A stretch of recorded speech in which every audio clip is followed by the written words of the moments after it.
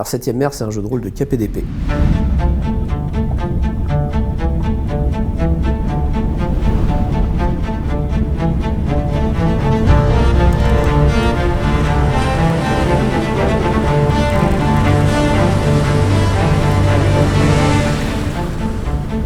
Septième mer, c'est un jeu qui est sorti à la fin des années 90. La première édition, c'était l'Europe de la Renaissance. La deuxième, c'était la Terre de la Renaissance, entre guillemets. Le jeu propose d'incarner des héros, des personnages qui sont très forts.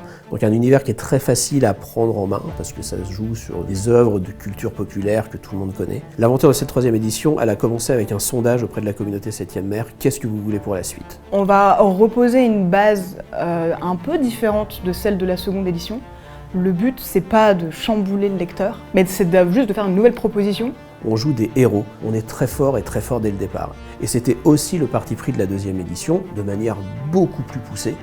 Là, la demande de la communauté, ça a été de revoir ce système, de remettre un peu de suspense dedans, et donc de s'inspirer de ce qui avait été fait pour la première édition, donc le système Roll and Keep. On jette plein de dés, mais on n'en garde qu'une partie. Ça va nous permettre de faire des actions très héroïques et pleines de panache, mais potentiellement aussi, pourquoi pas, de rater.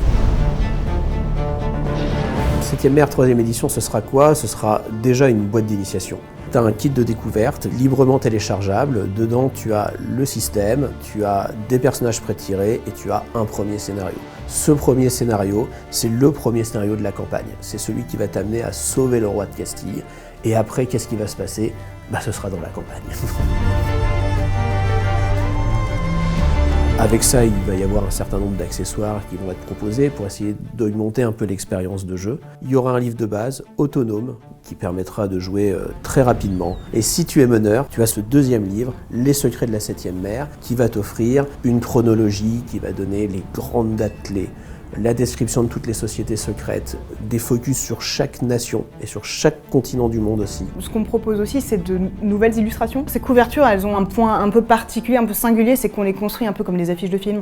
On voit les différents protagonistes principaux. On a une énergie qui tourne entre ces personnages-là, les couleurs, et en même temps, juste traduire le côté, on va faire un film ensemble. En fait. Donc ça veut dire quoi si tu es un fan de la deuxième édition et que tu as acheté tous tes livres? Ça veut dire que tous tes livres, ils ne sont pas obsolètes.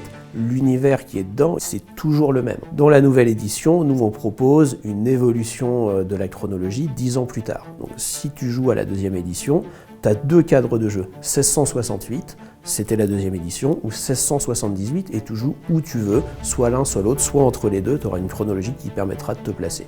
Si tu es un nouveau, avec ce nouveau livre de base, tu peux juste découvrir Septième mer. En fait.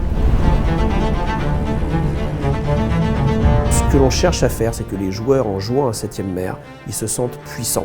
On n'est pas le sbire de Jack Sparrow, on est Jack Sparrow. Vous serez héroïque, vous serez plein de panache, ça va être classe. Ça annonce qu'on rentre là-dedans, quoi. On va faire du KPDP, on va sauter, ça va exploser de partout.